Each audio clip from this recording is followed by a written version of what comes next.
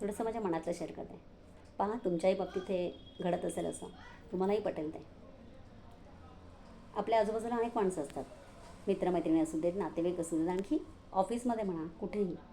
तर काही लोकांवरती आहे ना आपण खूप विश्वास ठेवतो आणि त्यांना आपण खूप रिस्पेक्ट देतो. आपण सगळ्या मनातल्या गोष्टी त्यांच्यासोबत शेअर करतो. त्यांना खूप जीव लावतो. पण काही दिवसांनी आपल्याला असं आढळतं की आपण ज्या प्रकारे त्यांच्याशी नातं ठेवण्याचा प्रयत्न करतो आहे, त्या प्रकारे आपल्याला तिकडनं प्रतिसाद मिळत नाही आहे. त्यांच्याकडनं आपल्याला प्रेम, रिस्पेक्ट तितकं मिळत नाही आहे. आपल्याला इग्नोर करतायत ते लोकं.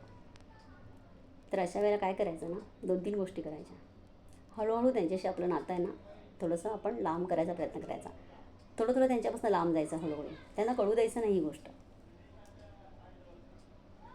ते तुमच्या फार जवळचे असतील ना, त्यांना तुमची गरज लागली तर त्यांना मदत नक्कीच करायची. पण हळूहळू त्यांच्यापासून लांब व्हायला सुरू करायचं. दुसरी गोष्ट, तुम्ही जे मनातल्या गोष्टी त्यांना सांगत होतात ना, की खूप जवळचे म्हणून त्यांना सगळ्या मनातल्या गोष्टी शेअर करायच्यात तुम्ही. त्या अजिबात शेअर करायच्या नाही त्यापुढे. तुमच्या मनातल्या गोष्टी तुमच्यापर्यंतच ठेवायच्या. आणि तिसरी गोष्ट म्हणजे काय, मग काही दिवसांनी तुम्हाला असं आढळणार की ती व्यक्ती तुमच्याबद्दल काहीही सांगते आहे आजूबाजूला किंवा लोकांकडून तुम्हाला ऐकायला येतं आहे. मग अशा वेळेला तुम्हाला असं वाटतं की आपण आपली बाजू एक्सप्लेन केली पाहिजे. अजिबात नाही. जराही आपली बाजू कोणालाही एक्सप्लेन करायची नाही. तुम्हाला माहिती आहात ना तुम्ही काय आहात. तुम्ही खरे आहात ना, तुम्ही चांगले आहात ना. मग कोणाला तुम्हाला प्रूव्ह करायची काहीही गरज नाही आहे. शांत राहायचं. कारण तुम्ही एक्सप्लेन करायला गेलात ना, तर तुम्ही आणखी सैरभैर होणार. तुमचं मन आणखी अशांत होणार. त्यामुळे शांत राहायचं. आज ना उद्या तुमची बाजू लोकांना कळणार आहे.